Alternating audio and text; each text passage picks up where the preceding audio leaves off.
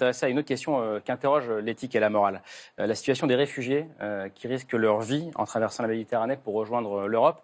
L'an dernier, selon l'ONU, plus de 2200 personnes ont perdu la vie dans ce que certains appellent le plus grand cimetière du monde. On a beaucoup parlé il y a quelques mois des bateaux de secours comme l'Aquarius, mais pour essayer d'éviter ce désastre humanitaire, d'autres militants s'engagent en Méditerranée. Maxime Darquier a embarqué cette semaine à bord d'un petit avion qui survole la mer pour scruter les embarcations de réfugiés en détresse. Qui sont ces pilotes volontaires? La réponse sur le terrain.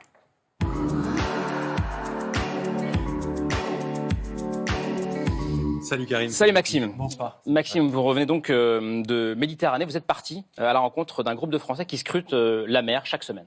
Oui, la Méditerranée, c'est toujours la route migratoire la plus meurtrière au monde. Plus de 2200 morts en 2018, vous l'avez dit Karim.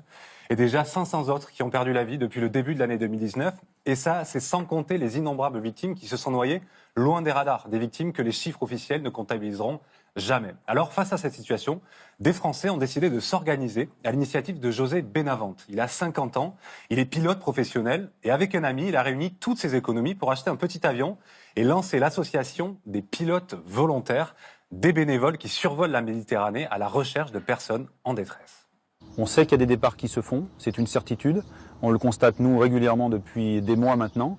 Et l'idée, c'est donc, à titre préventif, de repérer, de chercher, de repérer ces personnes qui, à un moment ou à un autre, vont forcément se retrouver en grande détresse, puisque les bateaux sur lesquels ils s'embarquent sont absolument pas prévus pour une traversée quelconque. Alors 1 an après leur lancement, ils sont aujourd'hui une dizaine de bénévoles à se relayer dans les pilotes volontaires.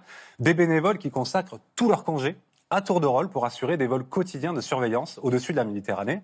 Alors avec José, cette semaine, on a pris place à bord de leur petit avion, le Colibri, et on est parti en mission. Direction l'Est. Foxtrot Papa Lima, Uniform Charlie, ready for take-off.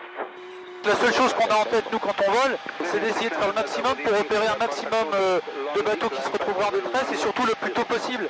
On balaye, en fin de compte, on scanne l'espace qui nous est donc attribué, puisque chacun a son espace. Et donc on scanne cet espace à la recherche de ce qui pourrait ressembler à des bateaux en détresse. Alors chaque semaine, les pilotes volontaires, ils repèrent ainsi des bateaux en détresse. Exemple, il y a 10 jours, avec 7 embarcations repérées au large de la Libye. Mayday, relay, Mayday, relay. This is search and rescue aircraft Colibri. Search and rescue aircraft Colibri. Alors grâce au signalement des équipes de pilotes volontaires, les passagers de cette embarcation, ils ont tous été récupérés par le bateau d'une ONG allemande. 65 personnes étaient à bord, dont 11 femmes, 13 enfants et 2 bébés. Au total, en 1 an, depuis le cockpit de leur petit avion, les pilotes volontaires ont permis le sauvetage en mer de plus de 4000 personnes.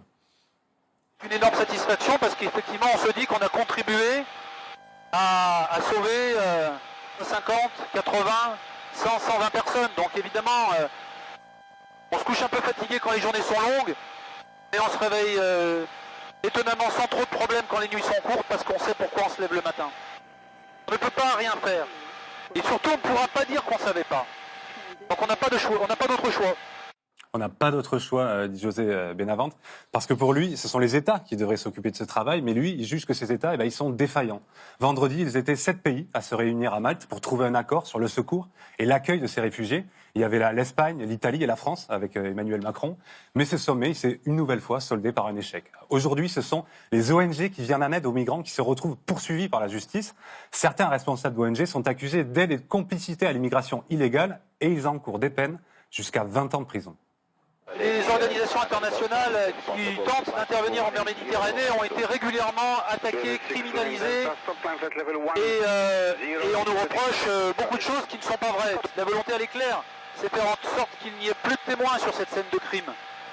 La volonté des États, c'est de faire en sorte qu'il n'y ait plus de témoins sur cette scène de crime. Les mots sont forts, et s'ils sont si forts, c'est que les pilotes volontaires, ils craignent carrément de disparaître. Car ces missions, elles ne reçoivent aucun financement public, seulement des dons privés, et il ne leur reste qu'1 mois et demi de trésorerie. Alors cet après-midi, j'ai eu José Benavente au téléphone. Une des dernières missions qui s'est passée ce week-end pour les pilotes volontaires a permis le sauvetage de 53 personnes. Elles ont toutes été récupérées par une ONG, par un bateau d'ONG. Mais pour l'instant, à l'heure où on se parle, aucun port ne souhaite accepter et ne souhaite accueillir ces réfugiés. Merci beaucoup